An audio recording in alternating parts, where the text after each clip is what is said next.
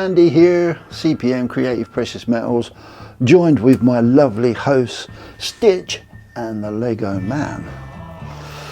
They're going to help me in this gold versus silver. Is there a better one? Is one better than the other? What, you know, what's best to get? I don't know, but we'll go through what I think anyway. So, Lego Man, he's looking after the silver pile here. What's so special about silver? Well, silver is, you've got to agree, absolutely crazy, good looking, beautiful, affordable to us common folk. This 1 ounce piece, you can buy them right down into small denominations. You can actually get grams. This is a 1/10. Should all be familiar with these. You can get 1/10, half ounces, quarter ounces, bars, coins. That beautiful piece there.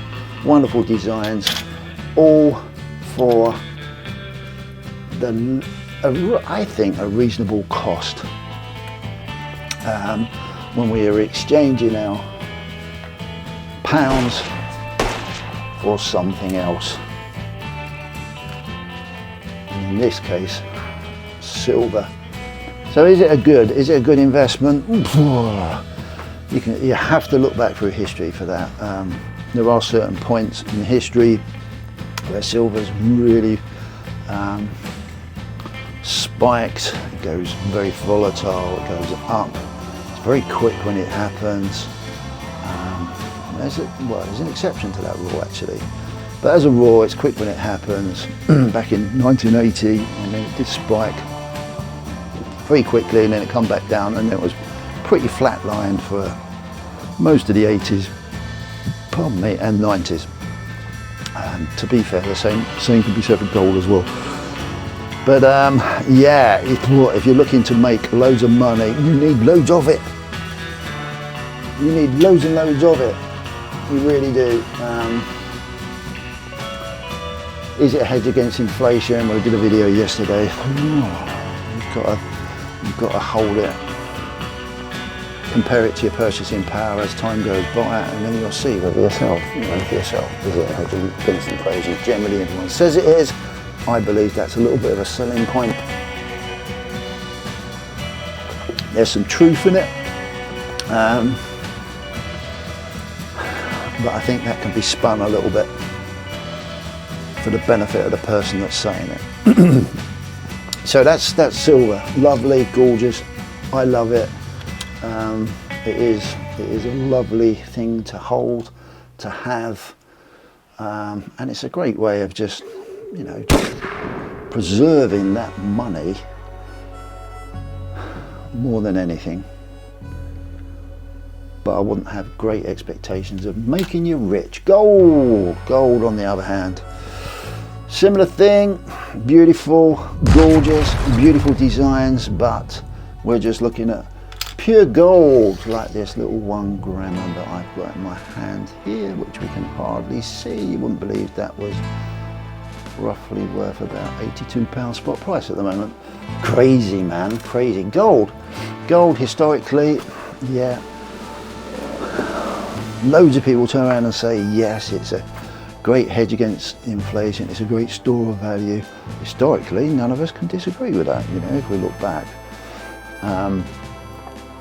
It's been looked at by the banking industry, by the jewelry industry, different cultures as being something special, and it is something special. So its value is a lot higher, hell of a lot higher. So you're paying a lot more of your hard-earned money for smaller amounts of store of value. But as a rule, like I said about silver, it has its spikes. It goes up, it goes down. Very rarely does it go down too much. Very rarely does it go up too much. See the spikes back in 1980, like we did in silver, and then it come back down, flatlined the world for many years. Really not doing too much, but it held its value. But then you've got to look at the economics and what was going on globally in those periods as well, and the finance side of things. You've got to understand fiat. and currency and how it works.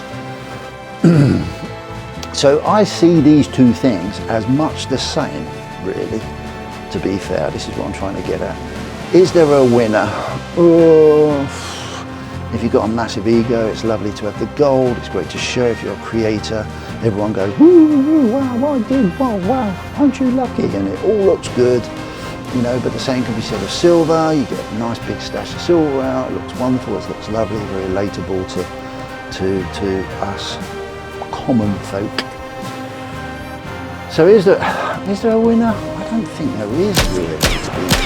It just comes down to, you know, how much money have you got? How much money have you got spare? And I know a lot of people at this moment in time, in this timeline we're going through, and the way the economics are at the moment, a lot of us peasants have got a lot of spare money. It looks like I've got a lot of spare money.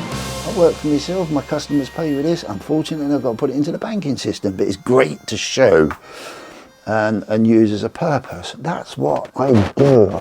There's nothing special.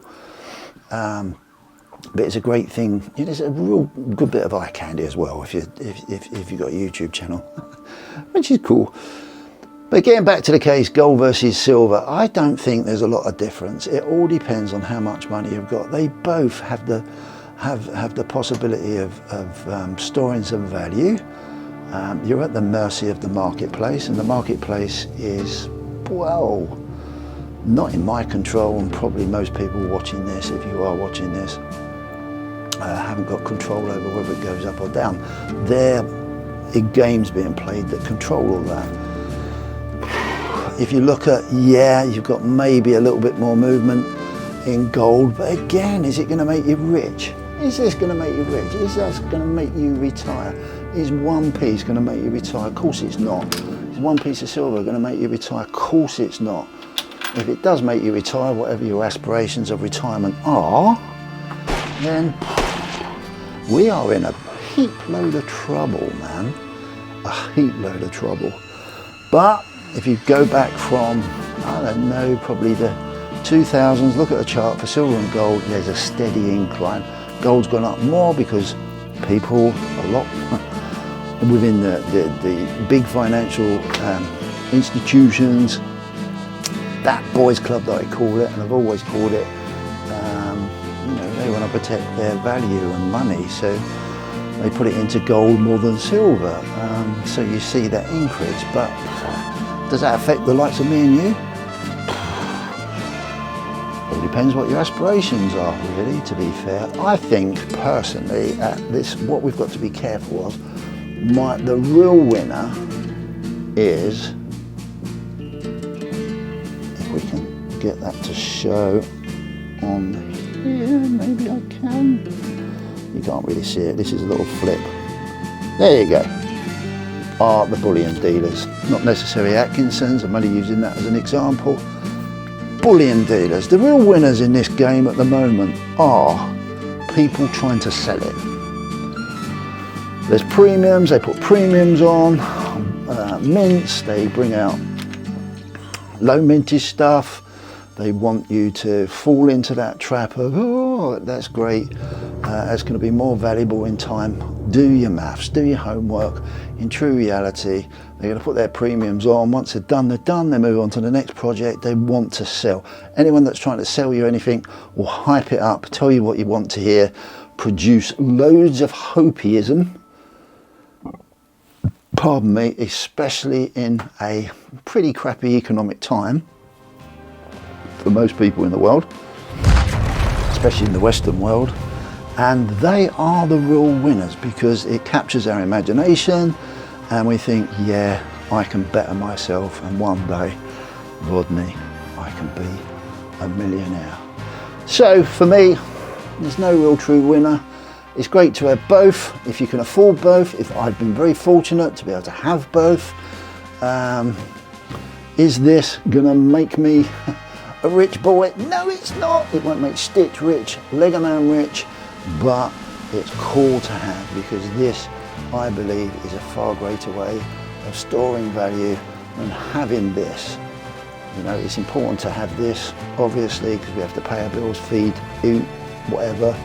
But this, if you're going to save, treat it as a savings.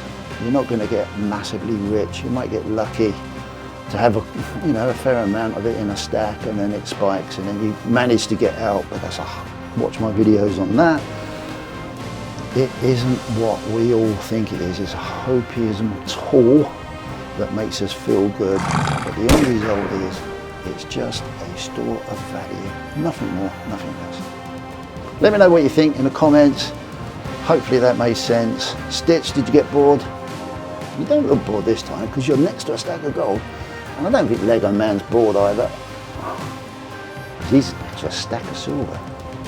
So anyway, I hope you enjoyed that. That's my stupid thoughts. Put it out there. You do you. I'm doing me.